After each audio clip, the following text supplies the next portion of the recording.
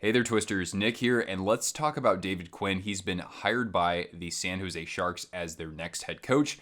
He takes over in place of Bob Boughner after he and his staff were fired just a little bit before the NHL draft. So it's been a very interesting offseason for the San Jose Sharks. I'll be sure to touch on that, but I want to know your thoughts about David Quinn. Do you think he's a good fit for the San Jose Sharks? Do you think that he's earned a chance to coach again in the NHL after the New York Rangers? And if you don't think so, let me know in the comments. Who do you think would have been a better choice for head coach after the Sharks were one of the later teams to actually make a head coaching change? So Quinn has signed a 3-year deal, and that is about as long as Bob Boughner was head coach for the San Jose Sharks. Of course, he was originally the interim head coach after Peter DeBoer had been fired and then coached the team for 2 more years after that. So David Quinn, most known for coaching the New York Rangers from 2018 to 2021, 3 seasons there, a 96, 87, and 25 record. He had a playoff appearance in 2020, but the team got swept in the first round by the Hurricanes. It was the bubble round, and they had expanded the playoff pool there, so the Rangers wouldn't have typically qualified. But it is of note that this is right after the team had announced that they would be actually rebuilding the organization, rebuilding the team. So David Quinn did come in during a difficult time and had a little bit of success, although he certainly has his critics out there. Afterwards, he went on to coach the USA men's national team, but of course that was just for a year. Before this, he coached Boston University from 2013 to 2018. Now, GM Mike Greer is also a BU alum, so that was certainly a point of discussion after Greer had been hired. And with Boston University, Quinn helped the team finish runner-up in his second season. They were also a regional finalist 2 other times. He also coached the Lake Erie Monsters, which is now the Cleveland Monsters of the AHL, I believe the Blue Jackets affiliate, from 2009 to 2012.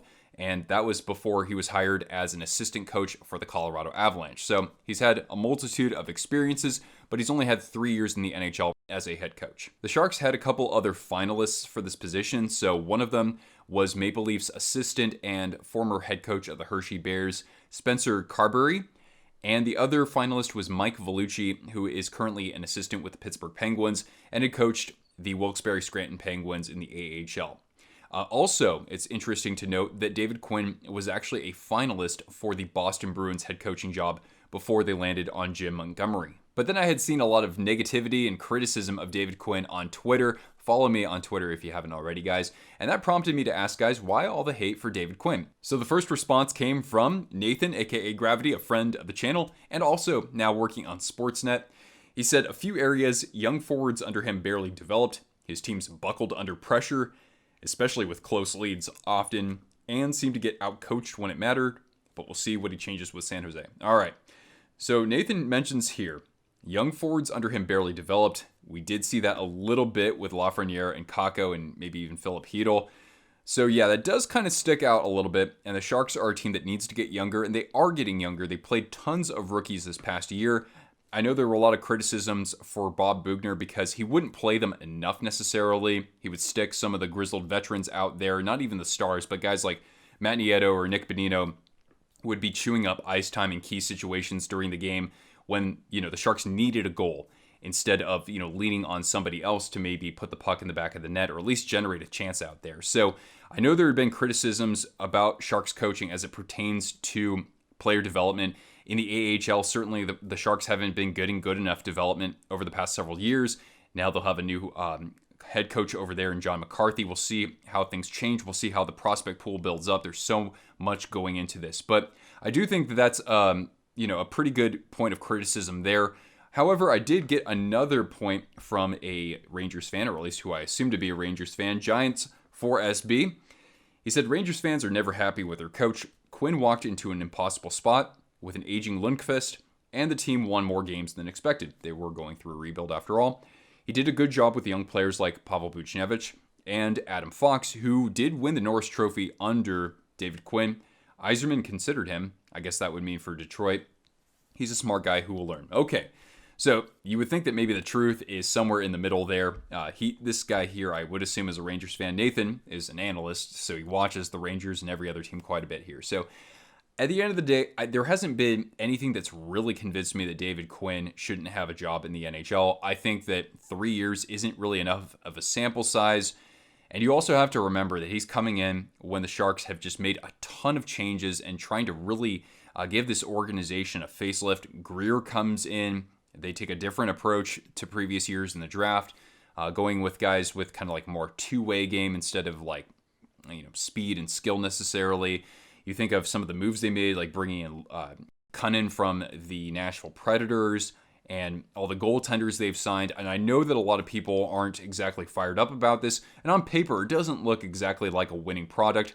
It looks more like a team that's trying to compete with Chicago, Arizona, or maybe Montreal to tank hard for Bedard. But I don't know. You got to kind of trust the process here because, again, the Sharks, what they've done the last few years just hasn't been working whatsoever. I'm hoping that David Quinn isn't the same coach necessarily as Bob Boughner. I like Boughner okay. I think that he did a fair job in terms of holding players accountable. But at the end of the day, they were kind of a dump and chase sort of team.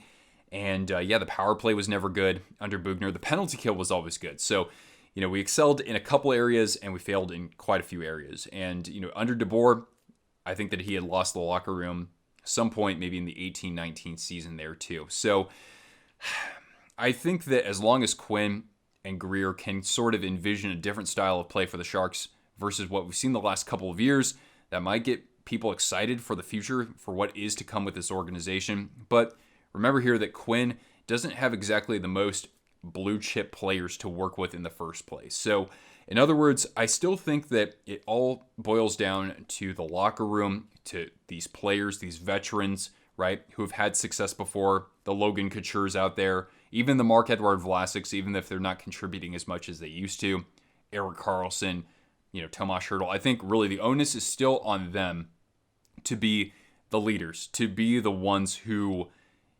use their previous experience to kind of mentor and guide their teammates. It shouldn't be a first-year head coach or a coach, in his first year with the organization. I don't think so because, think about some of those guys that I just mentioned there, like Vlasic, Couture, Hertl to an extent, right?